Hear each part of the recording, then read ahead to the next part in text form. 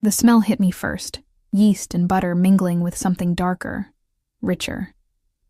Chocolate, maybe, or caramel burning at the edges. I pushed open the glass door of Marcello's bakery, and the little bell above chimed, a sound so ordinary it almost made me forget the weight pressing against my chest. Almost.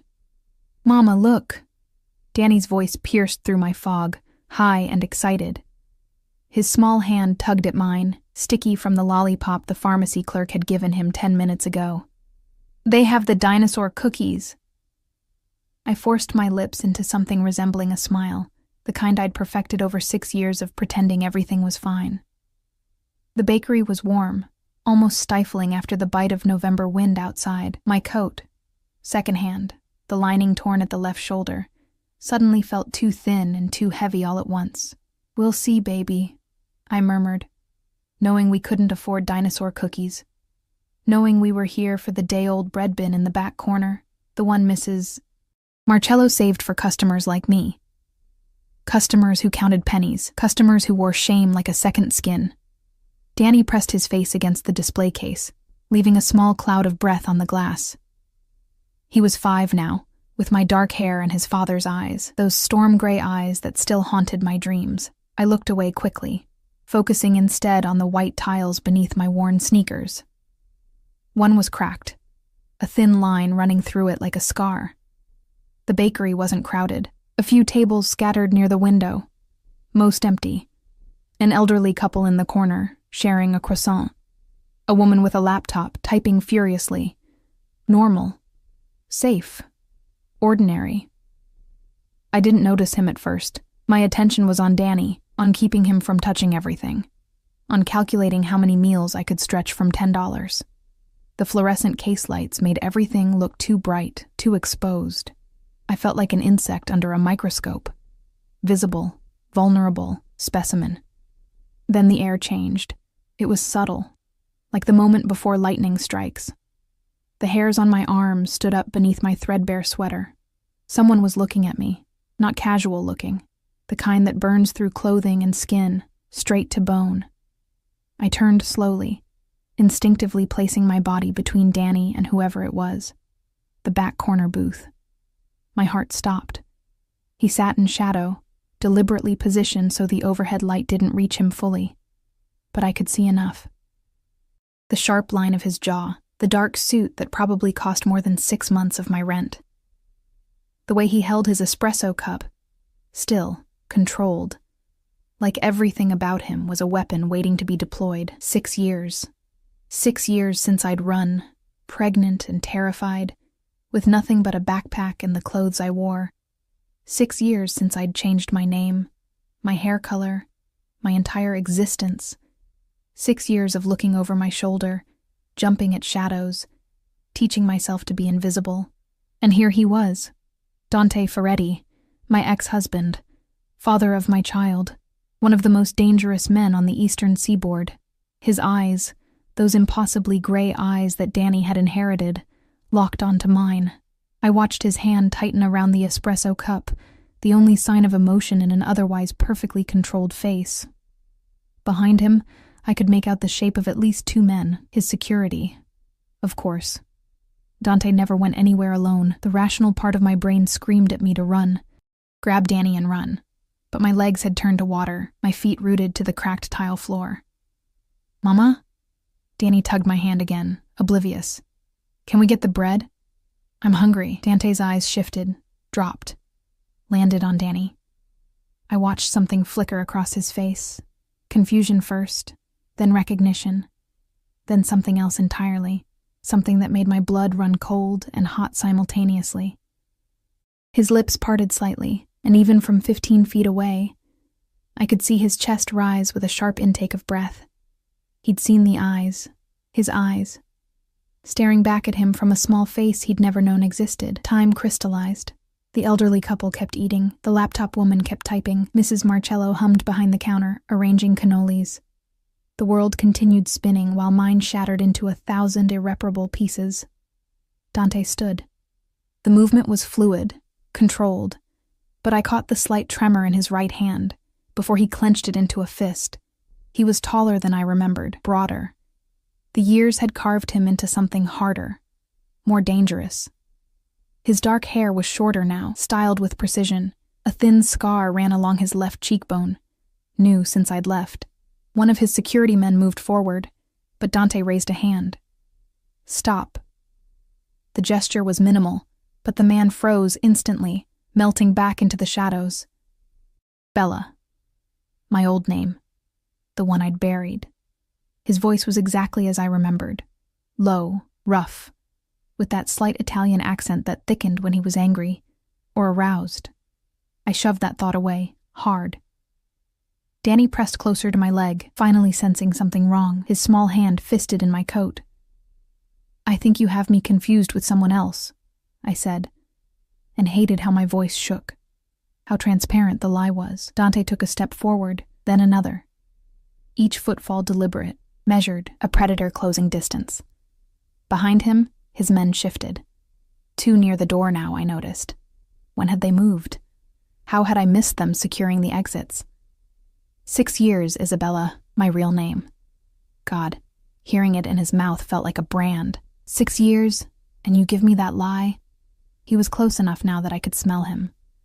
Sandalwood and something sharper, gunpowder maybe, or the particular scent of violence that clung to men like him. My body remembered that smell. Responded to it in ways I desperately wanted to deny. Please. The word came out broken. Please, just let us go. His eyes hadn't left Danny. My son had tucked himself partially behind me now, peeking out with those mirror image gray eyes. Curious, despite his fear. How old? Dante asked, but he already knew. I could see him calculating, counting backward. I said nothing. Isabella. Sharper now. A command. How old is he? 5. Danny answered for me, his voice small but clear. I'm 5.5, actually. My birthday was in June. I felt Dante's control slip, watched the mask crack just enough to show the fury beneath. His jaw clenched so hard I heard his teeth grind. When he spoke again, his voice was dangerously soft. A son. Not a question. An accusation. You were pregnant when you left. Mrs. Marcello had stopped humming. The laptop woman's fingers had gone still on the keys. The elderly couple was staring now, sensing drama or danger or both. I needed to move, needed to grab Danny and run and never stop running, but Dante was too close, and his men were at the door, and I was so tired of running. We should go, I whispered, but even I knew it was hopeless. Dante's hand shot out, not touching me but caging me, palm flat against the wall beside my head. He leaned in, and I was drowning in that smell, in the heat of him, in 6 years of fear and longing and rage all tangled together. You kept my son from me. Each word was a bullet. You ran. You hid. You made me believe you were dead. You made me afraid to be alive. I shot back, finding some fragment of spine. What did you expect me to do? His free hand lifted, and I flinched instinctively, but he didn't strike. Instead, his fingers brushed my cheek, so gentle it hurt worse than a blow. His thumb traced the dark circle under my eye, the evidence of too many sleepless nights. I expected you to trust me. His voice had gone rough, raw. I expected you to be my wife. I was never your wife, I said bitterly. I was your possession. Something dangerous flashed in his eyes. Yes, he agreed, and the honesty of it stole my breath. Mine. Always mine. Did you really think I'd let you go? Danny whimpered, and the sound snapped something in me. I shoved at Dante's chest, useless, like pushing a wall. But it made my point. You're scaring him. Dante's eyes dropped to Danny again, and I watched him visibly force himself to step back, to give us space, but his hands were shaking now, fine tremors running through powerful fingers. What's his name? A different tone. Softer. Dangerous in a new way. Danny. I pulled my son against me, wrapping my arms around his small body. Daniel. After your father. Dante's voice held something I couldn't identify. You gave him your father's name. Before I could respond, the bell above the door chimed. A man entered. Expensive suit, cold eyes, moving with the particular grace of professional violence. He headed straight for Dante, leaning close to whisper something. I watched Dante's expression harden, watched him glance at the window, at something or someone outside. When he looked back at me, his face had transformed into the mask I remembered. The Don, the boss, the man who controlled empires built on blood and fear. We're leaving. Not a request. He gestured to his men. Secure the car. Clear the street. We're not going anywhere with you, I said, hating how weak I sounded. Dante's smile was sharp enough to draw blood. Isabella, my love, my wife who ran away with my child. He stepped close again, his hand curling around my jaw, possessive, claiming, you have two choices. Come with me now, willingly, and we'll discuss this like civilized people, or I carry you both out of here and we discuss it my way. That's kidnapping. That's family. His grip tightened fractionally. That's my son you've been hiding. That's my blood running through his veins. Did you really think I wouldn't move heaven and hell to get him back? To get you back? The way he said you made my skin prickle, like I was the prize, like Danny was secondary. Mama? Danny's voice was scared now, really scared. I looked down at my son, this beautiful, innocent child who knew nothing of his father's world, who I'd worked so hard to protect from violence and darkness and the weight of a family name that drowned more men than it saved. Then I looked back at Dante, saw the obsession burning in those gray eyes, the possession, the absolute certainty that we belonged to him, had always belonged to him, would forever belong to him, and I knew, with horrible clarity, that running was no longer an option, that the moment he'd seen Danny's eyes, my freedom had ended, again. If I come, I said slowly, you swear he stays safe. You swear you won't let your world touch him. Dante's expression shifted, surprise, maybe that I was negotiating. He's my son. I would die before I let anything harm him. Your world harms everything it touches. Then I'll change my world, said with such conviction I almost believed him. Almost. His hand moved from my jaw to the back of my neck, fingers tangling in my hair the way they used to. The gesture was intimate, possessive, terrifyingly familiar. Come home, Isabella. You've been cold and hungry and scared for 6 years. Let me fix it. Let me take care of you both. His voice dropped to a whisper only I could hear. Let me show you what you've been missing. Before I could answer, his phone buzzed. He glanced at it, and his face went deadly. We need to move, now. He looked at one of his men. Marco, bring the car to the back. Clear the... The window exploded. Glass rained down like deadly snow. I felt Dante's body slam into mine, driving me backward as the sound of the explosion registered. Sharp, brutal, real. We hit the floor hard, his weight crushing me, protective and suffocating all at once. Danny! I screamed, but the sound was swallowed by chaos. Gunfire. Actual gunfire. The sharp crack, crack, crack of bullets tearing through the bakery. I heard Mrs. Marcello shrieking, the laptop woman sobbing, the shattering of more glass. Dante's men were returning fire, their weapons appearing from nowhere. And suddenly, the cozy neighborhood bakery had transformed into a war zone. Stay down, Dante growled against my ear. His hand pressed my head into his chest, the other reaching for something at his back. A gun. Of course he had a gun. My son. Where's my son? I thrashed beneath him, panic obliterating rational thought. Marco has him. Behind the counter. Safe. His voice was utterly calm, like this was normal. Like our child wasn't cowering in a bakery while bullets flew overhead. Another explosion, closer this time. The front door blew inward, smoke billowing through the opening. I couldn't see anything, just shapes moving through the haze. The acrid smell of gunpowder burning my throat, making me cough. Dante shifted, rising to his knees while keeping me pinned with one arm. I heard him fire. Once, twice, 3 times. Methodical. Precise. Somewhere in the smoke, someone screamed. East exit now! He barked at his men. Then, to me, can you run? I nodded, though I wasn't sure my legs would hold me. He hauled me up with one hand, the other keeping his weapon trained on the smoke-filled entrance. Through the chaos, I could see Marco, the man who'd whispered to Dante earlier, crouched behind the counter with Danny clutched against his chest. My son's face was buried in the stranger's suit jacket, his small body shaking. "Cover!" Dante shouted, and suddenly we were moving. He pulled me through the bakery, navigating the destruction with the ease of someone who'd done this 1,000 times. We vaulted over an overturned table, glass crunching under our feet. Behind us, I heard more gunfire, more shouting in Italian, sharp, angry commands I couldn't understand. Marco was already at the back door, Danny still in his arms. Another of Dante's men, I hadn't even seen where he came from, kicked the door open, weapon drawn, checking the alley beyond.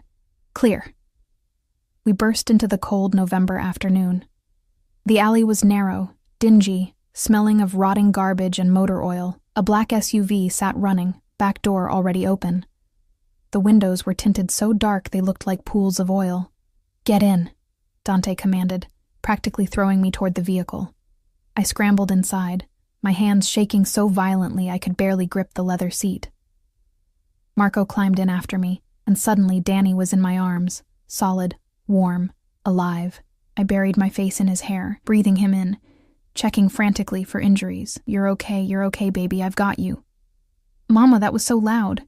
His voice was thin, terrified. Why were those men shooting? I had no answer. No words that would make sense of this nightmare. Dante slid in beside me, slamming the door. "Drive. Take the river route." The driver, another man I didn't know, punched the accelerator, and we shot forward. I was pressed back against the seat. Danny clutched to my chest. Dante's body a solid wall of heat and danger beside me. Through the back window, I could see smoke rising from the bakery. People were running into the street, some screaming, some recording with their phones. In the distance, sirens wailed. Police, probably, or ambulances. Too late. Always too late. "What the hell was that?" I demanded, my voice shrill with adrenaline and terror. Who were those people? Dante didn't look at me. His eyes were fixed on his phone, fingers moving rapidly across the screen. Enemies. They've been watching me for weeks, waiting for an opening. An opening? An opening for what? Murder? In a goddamn bakery? Isabella. His tone held warning. Not now. Not now. I was shaking, rage and fear mixing into something explosive. You brought this into our lives. They were already in your life. He finally looked at me, and the intensity in his eyes made me forget how to breathe. The moment you became mine, the moment you carried my child, you became a target. Running didn't change that. Hiding didn't change that. It just made you vulnerable. I wanted to scream. Wanted to hit him. Wanted to grab Danny and throw myself from the moving vehicle. Consequences be damned. Instead, I held my son tighter and watched the city blur past the windows. We drove for 20 minutes, weaving through streets I didn't recognize. The SUV's interior was immaculate. All leather and dark wood, smelling of expensive cologne and gun oil. Danny had gone quiet against my chest, his breathing evening out. Shock, probably, or exhaustion. I pressed my lips to the top of his head and tried not to fall apart. Eventually, we turned onto a private drive. Trees lined both sides, tall, dense, deliberately positioned to hide whatever lay beyond. The SUV slowed as we approached a gate. Iron, at least 12 feet high, with security cameras mounted at intervals. The gate swung open without us stopping. We rolled through, and I caught glimpses of men positioned in the shadows. Guards. Armed guards protecting whatever fortress Dante had built. The house, if you could call it that, appeared gradually through the trees. It was massive, all stone and glass. Modern lines mixed with old-world architecture. 3 stories at least, sprawling across manicured grounds that probably cost more to maintain than I earned in a year. My chest tightened. This was his world. Power. Wealth. Violence wrapped in Italian marble and expensive taste. The SUV stopped beneath a covered entrance. Dante was out before the engine died, pulling open my door, reaching for Danny. "I'll carry him," he said. And it wasn't a request. I hesitated, every instinct screaming not to let my son go. But Danny was heavy in my arms, and I was shaking with exhaustion, and Dante's hands were already sliding beneath my boy's small body. Danny stirred as Dante lifted him. Those gray eyes, identical to his father's, blinking open with confusion. "Mama?" "I'm right here, baby." I scrambled out of the SUV, staying close. Dante held Danny with surprising gentleness, supporting his head, adjusting his grip when Danny's legs dangled awkwardly. For just a moment, watching them together, my son and the man I'd fled, something in my chest cracked. They looked right together, undeniably connected. Same eyes, same stubborn set to the jaw, same way of tilting their heads when confused. "Come," Dante said quietly, and walked toward the entrance. I followed because there was no other choice. Inside, the house was even more overwhelming. The foyer alone was larger than my entire apartment. Marble floors, a chandelier that probably cost 6 figures, artwork on the walls that looked old and priceless. Everything gleamed, everything whispered of money and power, and a world I'd never truly belonged to. A woman appeared, older, Mediterranean features, dressed in a simple black dress. She looked at Dante with the kind of deference that comes from long service. "Mr. Ferretti, thank God you're safe. I've prepared the East Wing as you requested." "Thank you, Maria." Dante's voice had shifted again, taking on that commanding tone that made people move. "Have the doctor come immediately. I want them both checked." "We don't need a doctor," I protested. He finally looked at me, and the expression on his face silenced my objection. "You have glass in your hair, Isabella. Blood on your sleeve. You think I won't have you examined?" I glanced down. He was right. My coat sleeve was torn, a shallow cut running along my forearm. I hadn't even felt it happen. "Maria will show you to your rooms," Dante continued. "Shower. Change. The doctor will see you within the hour, then we eat." "Rooms?" I echoed. "Dante, we can't stay here." "You can. You will." He shifted Danny in his arms, and my son, exhausted, confused, overwhelmed, had let his head drop against his father's shoulder. The gesture was so natural, so trusting, it made my throat close. "This is your home now, both of you." "This isn't our home. We have an apartment." "That apartment?" His voice went cold. "The one bedroom in the building with broken locks and mold in the bathroom? The one where you work 2 jobs and still can't afford to feed our son properly?" Heat flooded my face, shame and anger mixing. "How do you know about... Did you really think I stopped looking for you?" He stepped closer, and even with Danny between us, the intensity of his presence was suffocating. "I've known where you were for 3 months, Isabella. I've watched you struggle, watched you pretend to be someone else. Watched you raise my son in poverty while you were too proud or too stubborn or too scared to come home." The words hit like physical blows. "You knew? For 3 months? You knew?"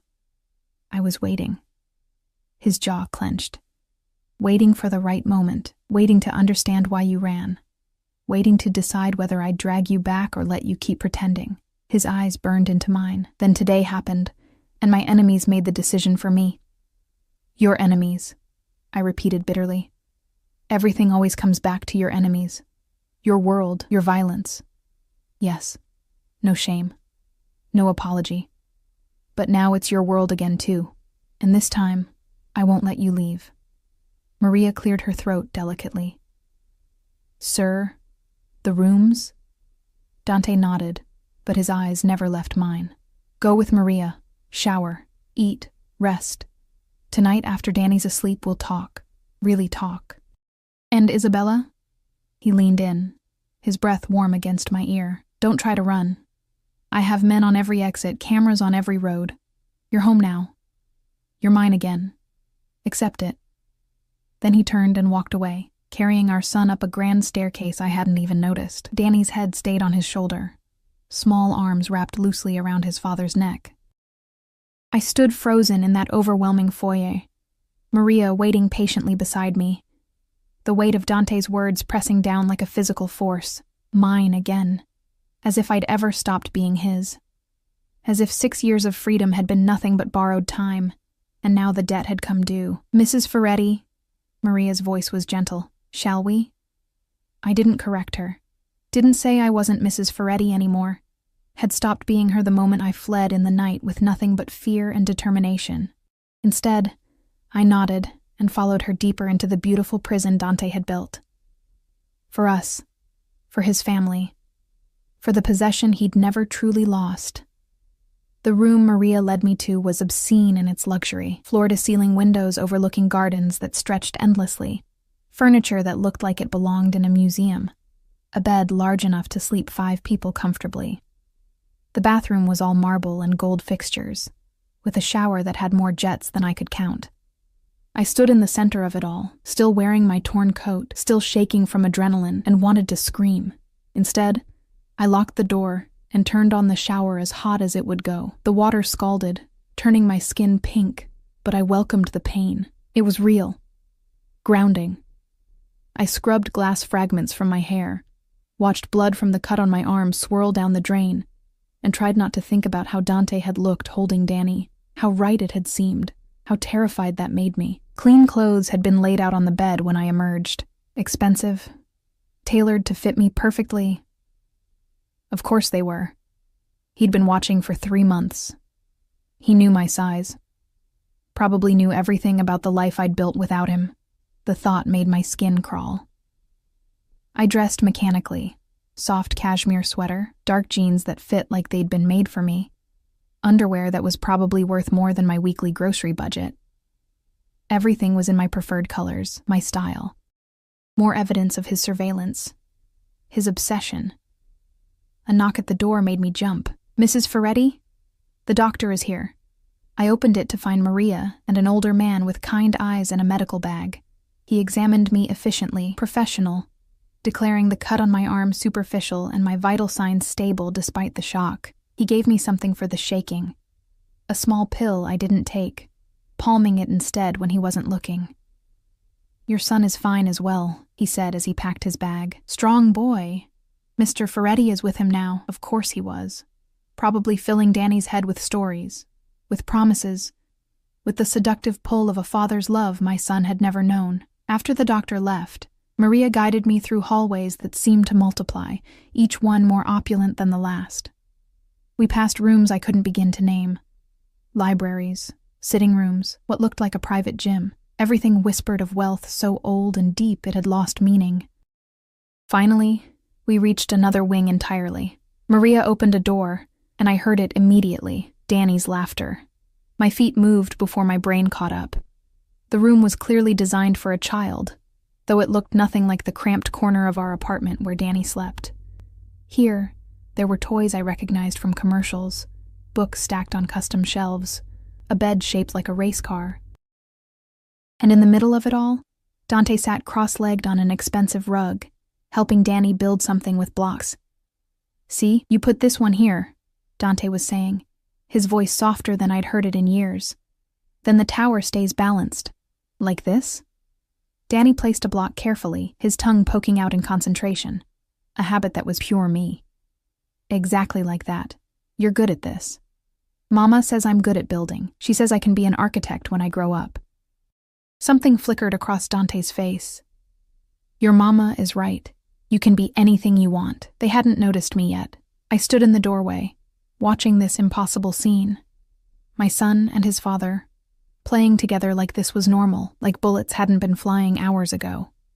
Like our lives hadn't just been irrevocably shattered. Danny looked up then, his face breaking into a smile. "Mama, look what Dante taught me." Dante. Not this man, or the scary guy. Just Dante, like they'd known each other forever. "I see, baby." I moved into the room, hyper-aware of Dante's eyes tracking my movement.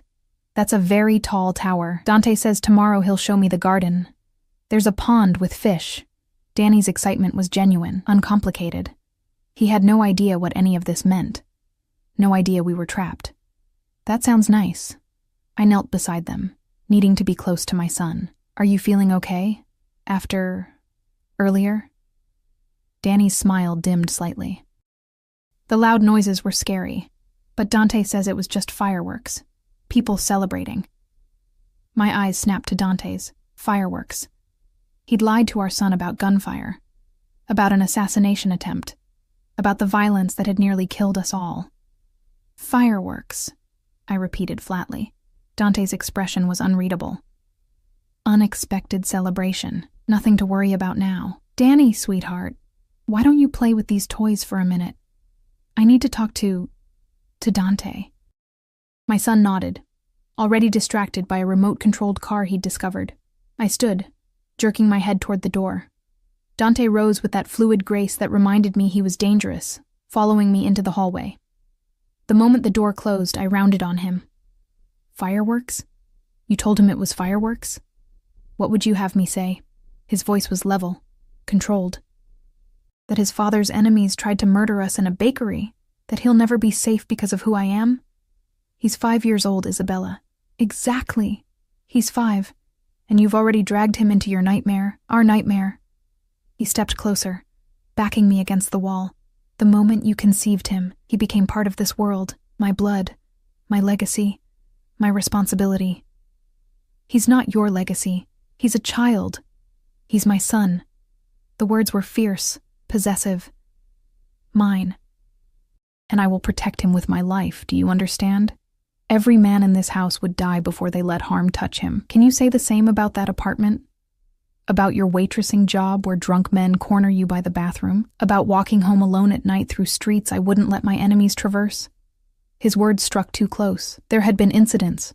A customer who'd grabbed my wrist, a man who'd followed me 3 blocks before I ducked into a convenience store.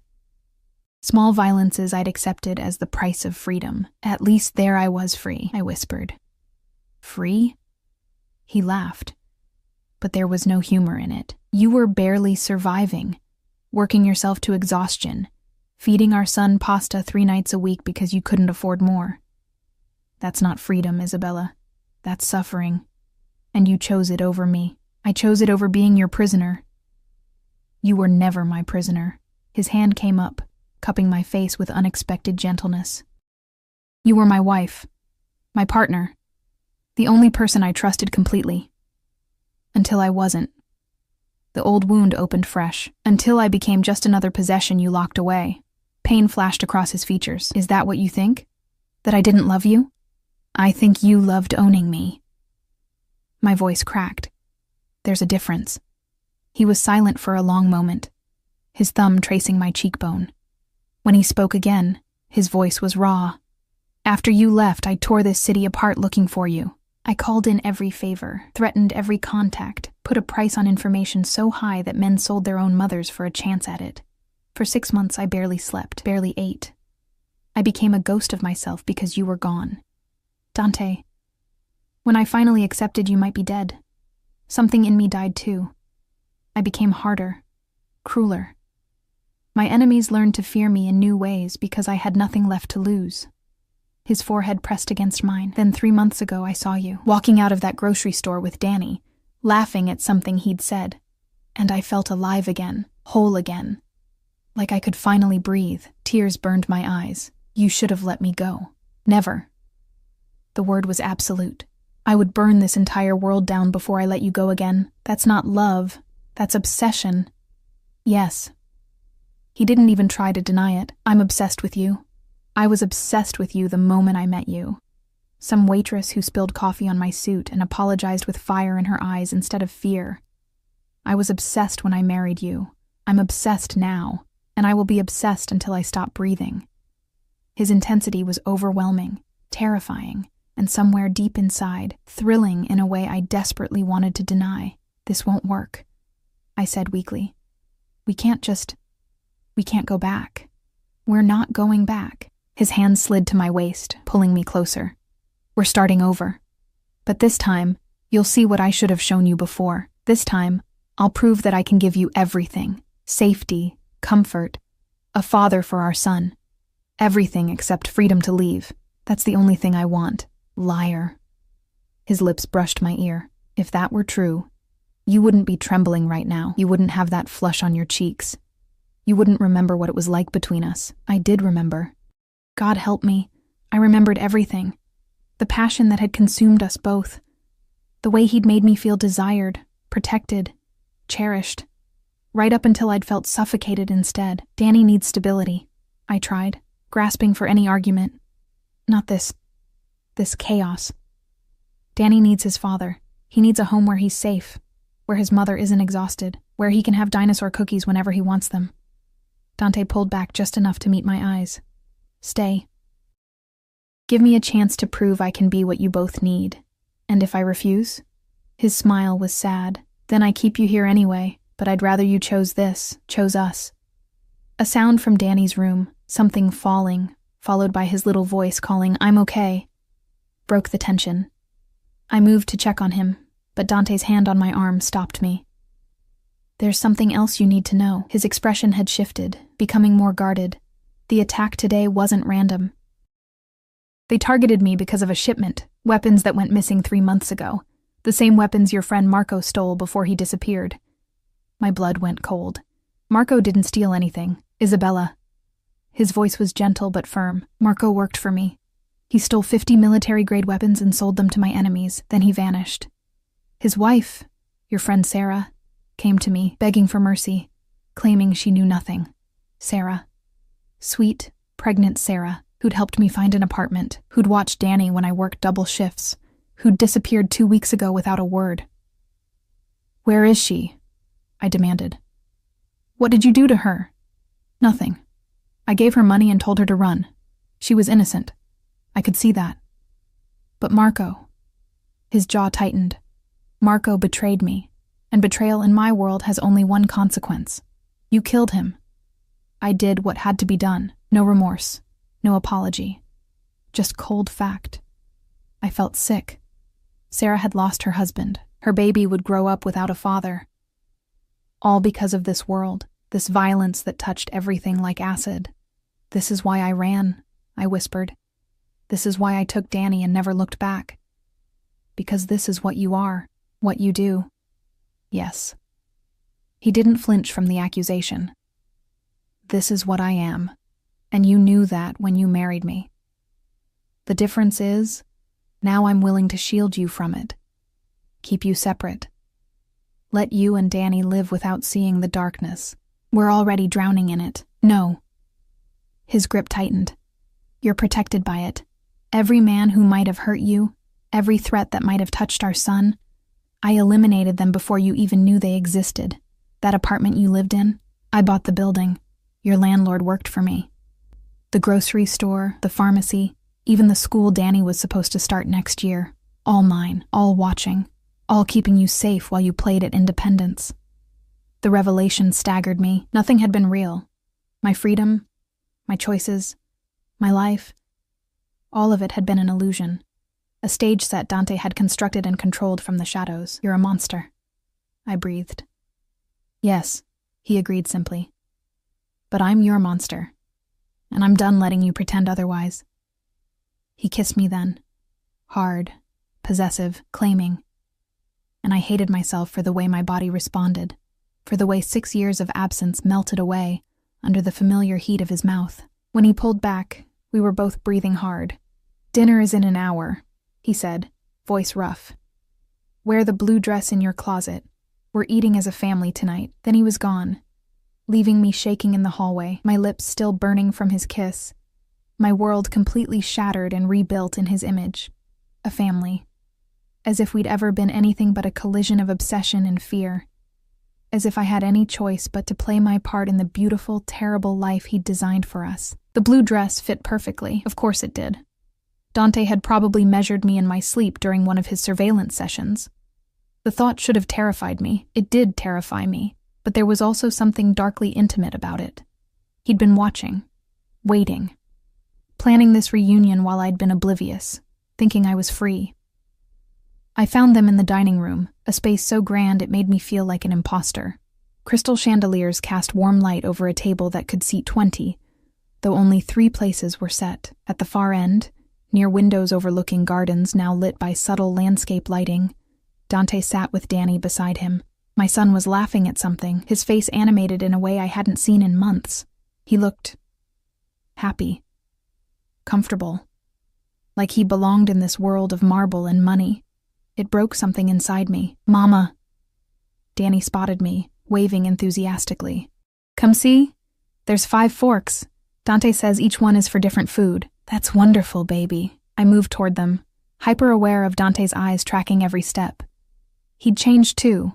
Dark slacks, a white shirt with the sleeves rolled to his elbows, revealing forearms corded with muscle and marked with scars I didn't remember. Evidence of the violence he'd lived while I was gone.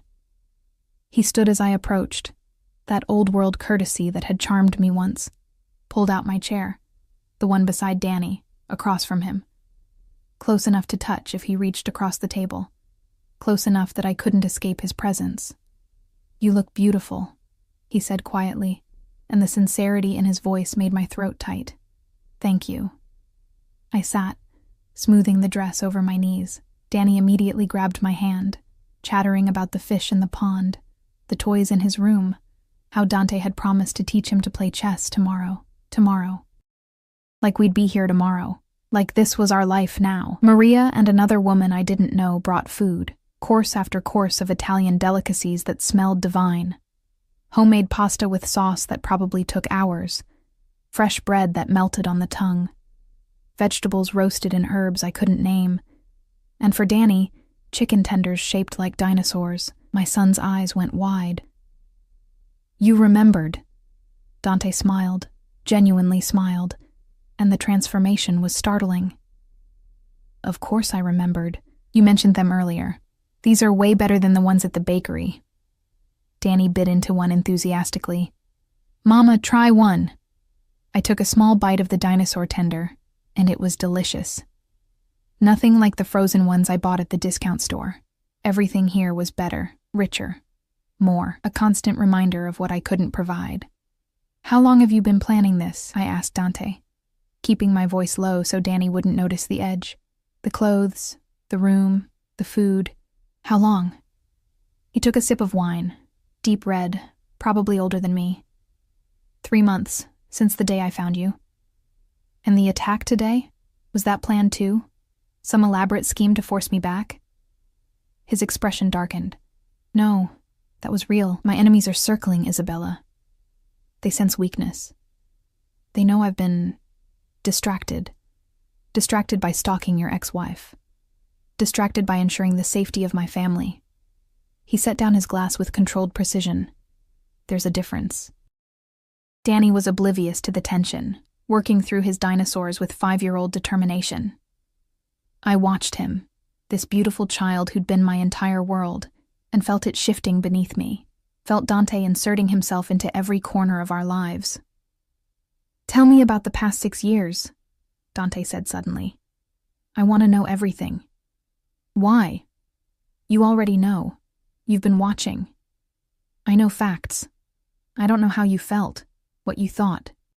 Why you chose poverty over everything I could give you." I looked at him then, really looked. There were new lines around his eyes, a hardness to his jaw that hadn't been there before. The scar on his cheekbone was still pink, recent. He'd suffered too. Maybe not the same way I had, but suffered nonetheless. "I chose safety over luxury," I said finally. "I chose peace over chaos, and were you peaceful?" His eyes bore into mine. "Were you safe?" I thought about the nights I'd cried myself to sleep, exhausted and scared. The times I'd skipped meals so Danny could eat. The constant fear that Dante would find us, that his world would reach out and drag us back. I was free. "You keep saying that word like it means something." He leaned forward, elbows on the table. "But freedom without security is just a prettier name for suffering.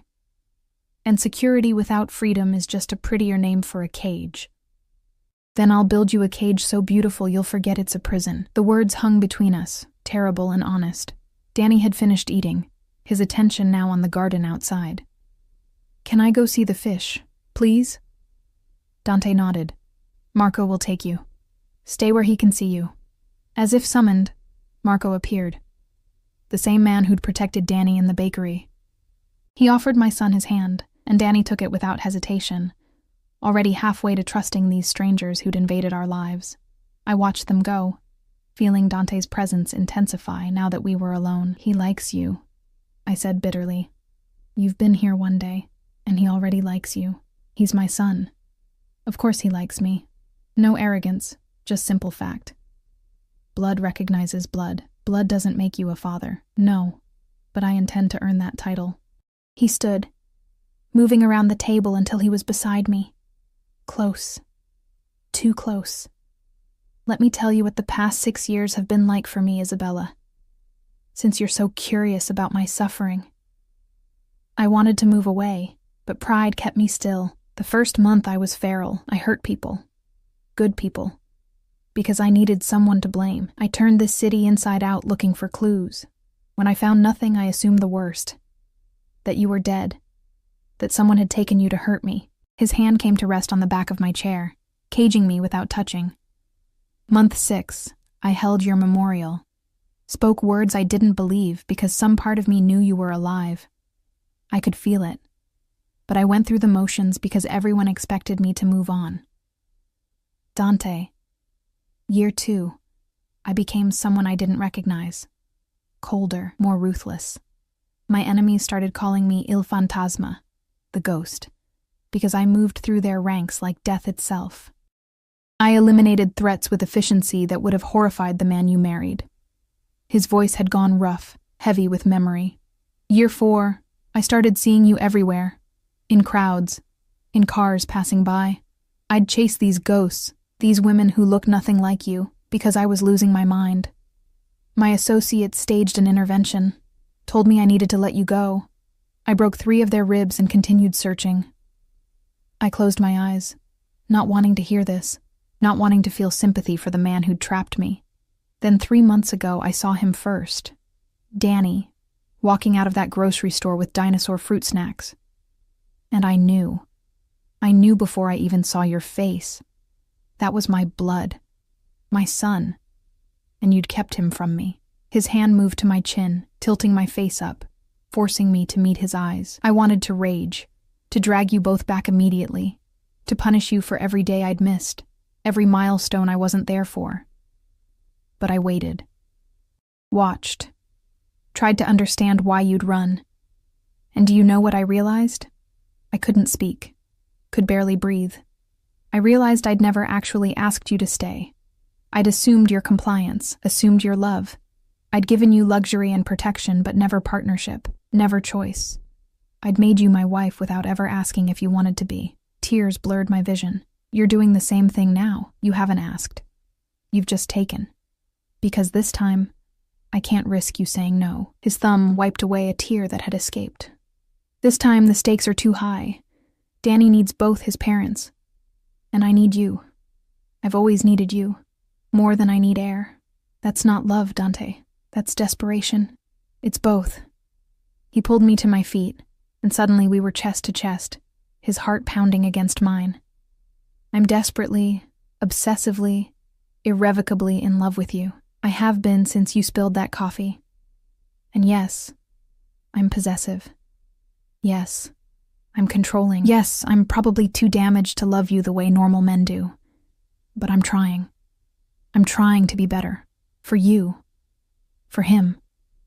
By holding us prisoner, by keeping you safe. His hands framed my face. There are 17 active threats against my organization right now. 17 groups who would love to hurt me by hurting you. By hurting our son. In that apartment you were exposed. Vulnerable. One wrong person asking the right questions. And Danny would have been leverage. Do you understand? They would have taken him. Tortured him. Used him to break me. And it would have worked. The horror of his words sank in slowly. You're trying to scare me. I'm trying to make you understand reality. His voice was fierce. This isn't about ownership. It's about survival. My world is ugly and violent, and I hate that my son was born into it. But he was. And the only way to protect him is to keep him close, to surround him with men who would die for him. To make sure everyone knows that touching him means war. He's 5 years old. He should be worried about kindergarten, not war. And he will be. Here, he can be a child. He can play and learn and grow up without ever seeing the darkness. But out there, he gestured toward the windows. Out there, he's a target, a weakness, the son of a man with too many enemies.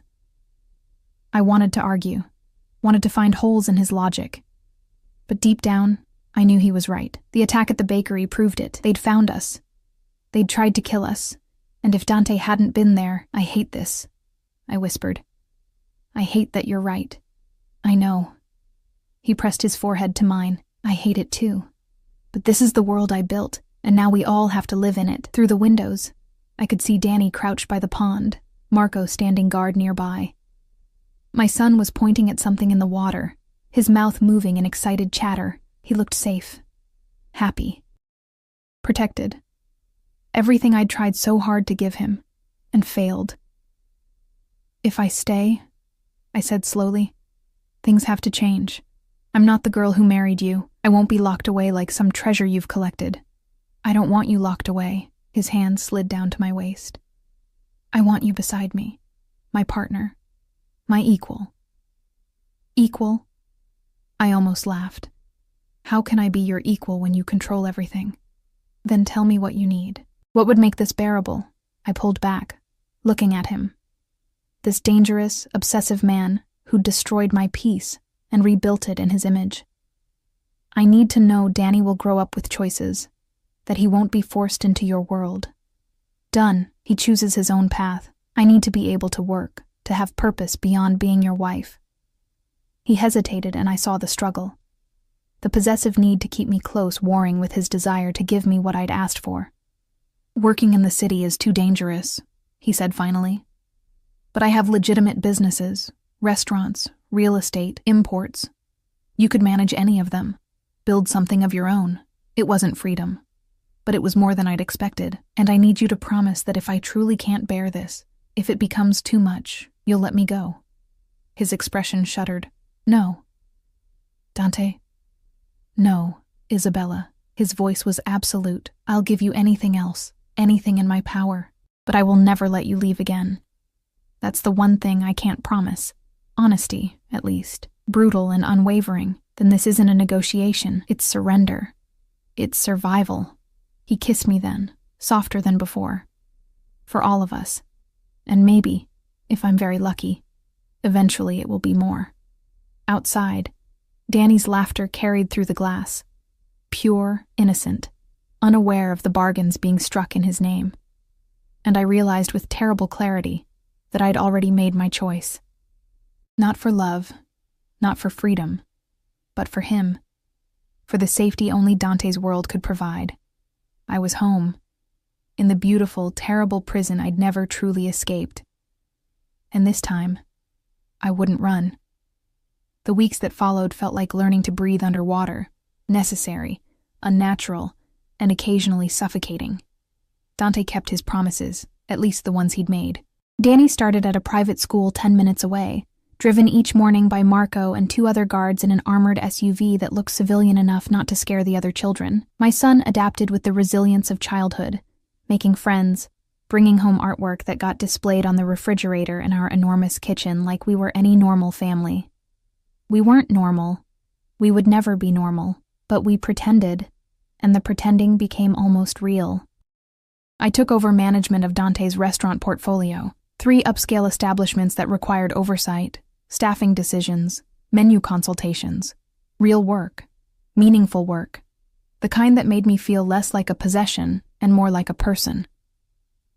Dante had an office set up for me in the East Wing, all glass and natural light, where I could work without feeling trapped. He was trying. I could see that. Could feel it in the way he asked before assuming, in how he included me in decisions about Danny's education, his activities, his life. We ate dinner together every night, Dante, Danny, and me, like some twisted Norman Rockwell painting where the father happened to run a criminal empire. The physical distance he maintained was harder to interpret. He'd kiss me goodnight, chaste, controlled, but never pushed for more, never demanded the intimacy that had once burned between us. It was like he was courting me all over again, trying to earn what he'd once simply taken. It was maddening.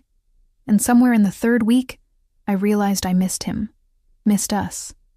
The thought terrified me more than any threat from his enemies. Danny's 6th birthday arrived in early June, warm and bright. Dante had transformed the gardens into something from a children's fantasy. Bouncy castles, pony rides, a magician who made doves appear from thin air. He'd invited families from Danny's school, their parents eyeing our home with barely disguised envy and curiosity. I played hostess, making small talk with mothers who didn't know their sons played with the child of a crime lord. Dante worked the crowd with practiced charm, just another wealthy businessman celebrating his son. No one would have guessed the security detail positioned strategically throughout the property, or the background checks run on every family before they'd received an invitation. "He looks happy," Maria said quietly, appearing beside me with a tray of drinks. She'd become something like a friend over the weeks. My guide through this world. My buffer when Dante's intensity became too much. I watched Danny on the bouncy castle, shrieking with laughter as he jumped with 3 other boys. "He does," I admitted. I thought taking him from the life I built would hurt him. But he's thriving. Children need stability more than they need struggle. Maria's voice was gentle but firm. "You gave him love when you had nothing else. Now Mr. Ferretti gives him everything, including that love. Together, you're complete. We're not together. Not really." She gave me a look that said she wasn't fooled. "You live under the same roof, raise your son together. He looks at you like you hung the moon. You look at him like you're afraid to want him. That's together, Mrs. Ferretti, just complicated." Before I could respond, Dante appeared, Danny riding on his shoulders. My son's face was painted like a tiger, his hands sticky with cake frosting. "Mama! Did you see me jump? I jumped higher than everyone." "I saw, baby. You were amazing."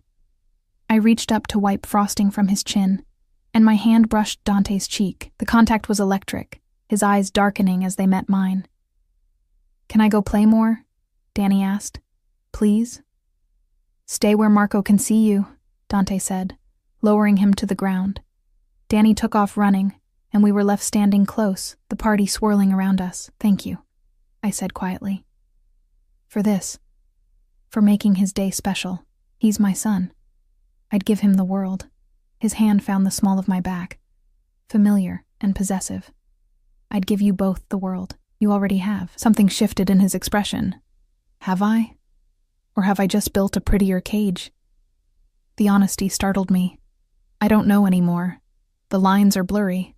Isabella." He turned me to face him fully, oblivious to the parents watching us with interest. "I need to tell you something. There's been a development." My stomach dropped. "What kind of development?" "The men who attacked us at the bakery. I found them. All of them." His voice was calm, but I could see the violence lurking beneath. "They're no longer a threat. You killed them. I protected my family. No remorse. But in the process I discovered who hired them, who's been orchestrating the attacks against my organization." He paused, and I knew I wasn't going to like what came next. "It was Romano, Vittorio Romano, my former associate, your friend Sarah's husband, Marco's cousin." The ground tilted. "But Marco is dead. You said—" "I said I handled the betrayal. I didn't say I killed him." Dante's jaw tightened. "Marco disappeared after stealing from me. Went underground. I assumed he'd run, maybe fled the country. But he's been here the entire time, working with Romano to dismantle everything I've built. Why are you telling me this? Because tomorrow I'm ending it. Romano, Marco, everyone connected to this conspiracy. And I need you to know why. Need you to understand that this isn't about power or pride. It's about eliminating the threat to our family. Our family." As if Danny and I had fully integrated into his world, his life, his violence. "You're asking for permission." "No." His thumb traced my jaw. "I'm asking for understanding. There's a difference." I looked past him, at Danny playing in the garden, at the normal suburban families celebrating my son's birthday, at the beautiful illusion we'd constructed, and I realized that Dante was right. I did understand. Hated it, but understood it. "Will you be safe?" The question escaped before I could stop it. His smile was slight but genuine. "Worried about me, Isabella? Worried about Danny losing his father right after finding him. Liar." He leaned close, his breath warm against my ear. "You're worried about me. About us. Admit it." I pushed him back, heat flooding my cheeks. "Don't confuse concern with forgiveness. I'll take what I can get." He pressed a kiss to my forehead, tender, claiming, "Wait up for me tomorrow night. When I come home, we need to talk. Really talk." "About what?" "About where we go from here. About whether this is still a cage or if it's become something else." His eyes held mine. About whether you're ready to stop running from what's between us." He left before I could respond, disappearing into the house with 2 of his men. Business, probably. The kind I didn't ask about. The kind that kept us safe and made me complicit. The party continued. Danny blew out his candles, making a wish I hoped had nothing to do with the violence lurking at the edges of his perfect day. Parents departed with goodie bags and thank yous, and gradually, the house settled into evening quiet. I put Danny to bed in his race car bed, reading him 3 stories and lying beside him until his breathing evened out. His hand clutched mine even in sleep, and I marveled at how quickly he'd accepted this new life. How resilient children were. How forgiving. When I finally extracted myself, heading toward my own room, I found Dante in the hallway, just standing there, tie loosened, looking exhausted and dangerous and entirely too compelling. "Couldn't sleep?" I asked. "Didn't try." He pushed off the wall, moving toward me. "Been thinking about tomorrow, about what comes after, and what does come after. That depends on you." He stopped inches away. "I can keep living in this half-state, where you're here but not really mine, where we're partners in parenting but strangers in everything else, or, his hand came up, fingers threading through my hair, "or you let me back in, really in. Let me prove that this, us, can be more than obligation and fear." My heart hammered. "Dante, I don't know if I can. Don't decide now." His thumb traced my lower lip. "Tomorrow, after I've handled Romano, after the last threat to our family is eliminated, then decide. Decide if you want this marriage to be real again. If you want me the way I've never stopped wanting you." The want in his eyes was overwhelming. 6 years of denial, of distance, of desperate obsession, all focused on me. "What if I can't forgive you?" I whispered. "What if I can't forget what you are?" "Then I'll spend the rest of my life earning your forgiveness, proving I can be the man you need." He kissed me then, slow and deep, pouring years of longing into the contact. When he pulled back, we were both shaking. "But I think you've already started forgiving me. I think that scares you more than anything I've actually done." He was right. God help me, he was right. "Go," I said, my voice unsteady. "Do what you need to do. End this. Come home safe. Will you wait up for me?" I should have said no. Should have maintained the distance I'd fought so hard to keep. Instead, I nodded. His smile was devastating. "Then I'll have something to fight for." He left before dawn. I heard the SUVs depart, felt the house settle into tense waiting. Maria tried to keep Danny and me distracted. Cooking lessons, garden time, movies in the home theater. But the day dragged endlessly, each hour heavier than the last. Dinner came and went. Danny fell asleep on the couch during his movie, and I carried him to bed, marveling at how much heavier he'd gotten in just a few weeks. Better food, consistent meals, childhood finally allowed to flourish. 10 o'clock, 11, midnight. I paced the library, unable to settle. What was taking so long? Had something gone wrong? Was Dante hurt? Dead? The thought sent ice through my veins, sharp, terrifying. At 1:15 I heard vehicles approaching, doors slamming, low voices in Italian. I ran to the entrance, Maria appearing from nowhere to stand beside me. Dante walked through the door alone. His suit was torn, blood spattering the white shirt, but he was walking. Alive. Whole. Our eyes met across the foyer. "It's done," he said simply. "Romano, Marco, all of them. It's over." I crossed to him without thinking, my hands framing his face, checking for injuries. "You're hurt." "Not my blood." His hands covered mine. "Well, mostly not my blood." "You need a doctor. I need you." He pulled me against him and I felt him trembling. "I need to hold you and remember why I do this, why I become a monster. Because you and Danny are worth any amount of blood." I should have been horrified. Should have pushed him away. Instead, I held him tighter. "I was terrified," I admitted against his chest. "All day I was terrified you wouldn't come back." "Isabella?" He tilted my face up. "I will always come back to you. Always. Death itself couldn't keep me away." "That's not comforting." It's honest. His kiss was desperate, tasting of violence and relief. Now tell me you're ready to stop fighting this.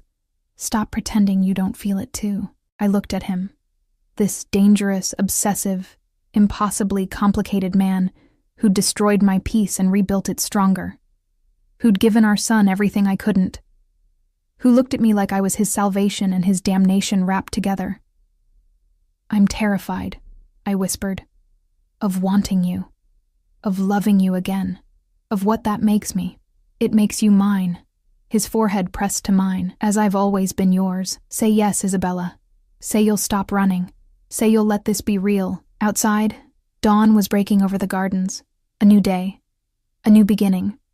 Or a recommitment to beautiful captivity. I wasn't sure which. Maybe both. Yes, I breathed and felt something lock into place. Yes, I'll stay. Really stay. Not because I'm trapped, but because this is home now. You're home. And I'm tired of pretending otherwise. His kiss was everything, claiming, celebrating, sealing the promise we'd both finally made. When we broke apart, he was smiling. Took you long enough. Really smiling.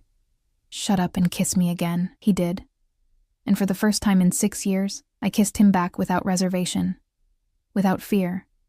Choosing him, choosing us, choosing this complicated, dangerous, beautiful life we'd build together. For Danny, for each other. For the family we'd almost lost, and somehow found again. The sun rose on our second beginning, and this time, I wasn't running toward freedom.